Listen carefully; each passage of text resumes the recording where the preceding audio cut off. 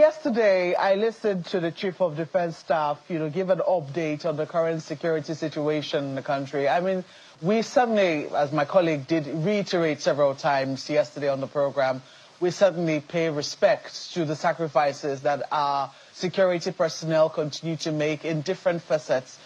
We know that they're making a lot of effort, and we pay respect to that. However, people are still a little worried about and anxious about the security, especially when you look at what it is that happened only recently this week. When you look at the killings that we understand have now resulted in the death of about 50 people.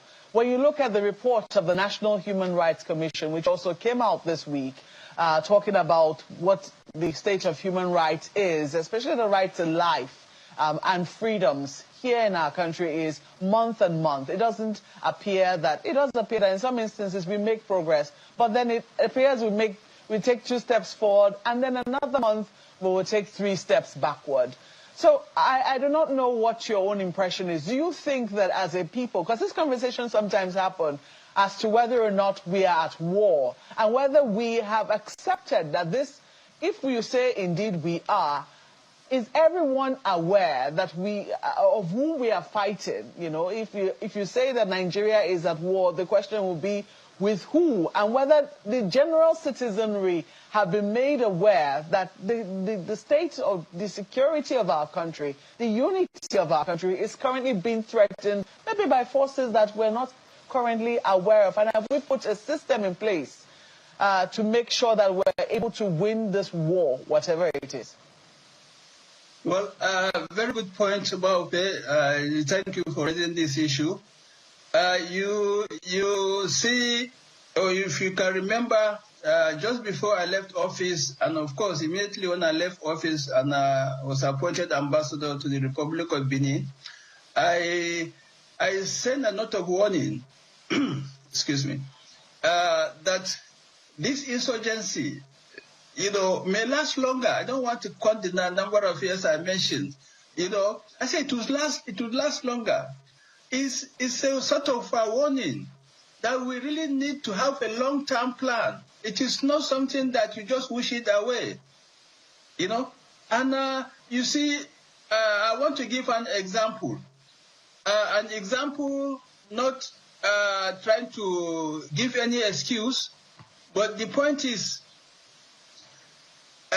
when there are national crises, we need to mobilize everybody, not just the military alone. Look at COVID-19. How much was spent? How much was invested into information, into communication, into advertisement, and so on, into palliatives, into a lot of preventive measures. So much. The whole nation was locked down because of COVID-19. But we can do the same thing. We can lock down this country to make sure that everybody, concentrates and deal with this cankerworm of so-called terrorists and bandits and kidnappers and so on. It is very fundamental. It's very important. I want to take also another example. Maiduguri flood last year. The whole country mobilized and supported the Borno state government and the people of Borno to bring relief, to make sure that the people were rehabilitated in the whole of the state. And it helped a lot. Same thing can be done to mobilize everybody to the northeast, to the northwest, psychologically, through social media, through press, and so on. Individuals can support communities.